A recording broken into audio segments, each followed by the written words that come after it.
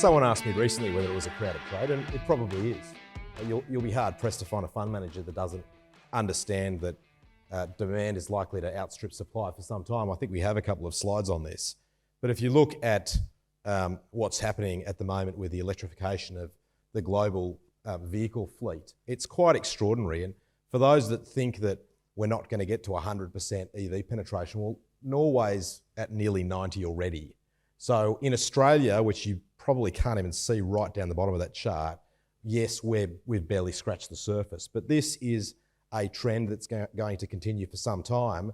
If we go to the next slide, even Norway, in terms of how many of their vehicles in the entire car park, that is the entire pool of cars operating in the country, are electric vehicles, it's still a very small number. And we've got governments around the world that are actively encouraging the adoption of EV-friendly policies. And many have mandated that the outlawing of traditional vehicles in the not too distant future. So this is a trend. The crowd can be right. This probably is a crowded trade, which means you'll get more volatility in the individual stocks than you might otherwise expect. But crowded trades can work. And I'm reminded a little bit of the coal seam gas boom that we saw immediately in the aftermath of the GFC. And because of the demand for those resources, basically every asset that was worth its salt got taken out by a global major. The lithium industry to date in Australia feels very similar to that.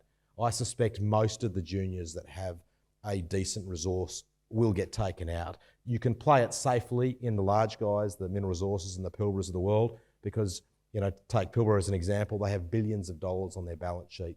They've got a globally significant tier one asset.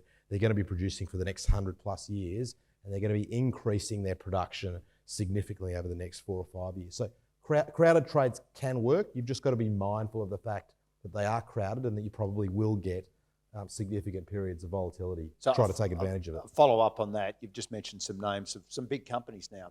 They've come out of nowhere. Yes. And talk about opportunity in Australia.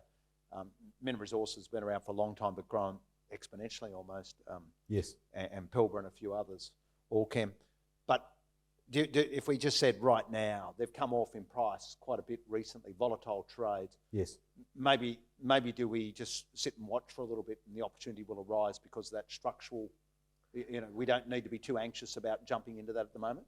Yeah, I think the way we think about it is we have a position size that reflects the fact that there is falling lithium prices at the moment. There's a short-term oversupply, particularly of batteries within China, which is the major producer of batteries. But even at a lithium price that's almost half of what it is today, you get a valuation well north of where the current share price is. So what would make us increase our position size? Well, if we saw a stabilisation in that price and a resumption of the upward trend in price that we expect to see over time as the excess supply of battery materials gets soaked up and the demand equation continues to kick in. So I think there's stocks that you want to have on your radar.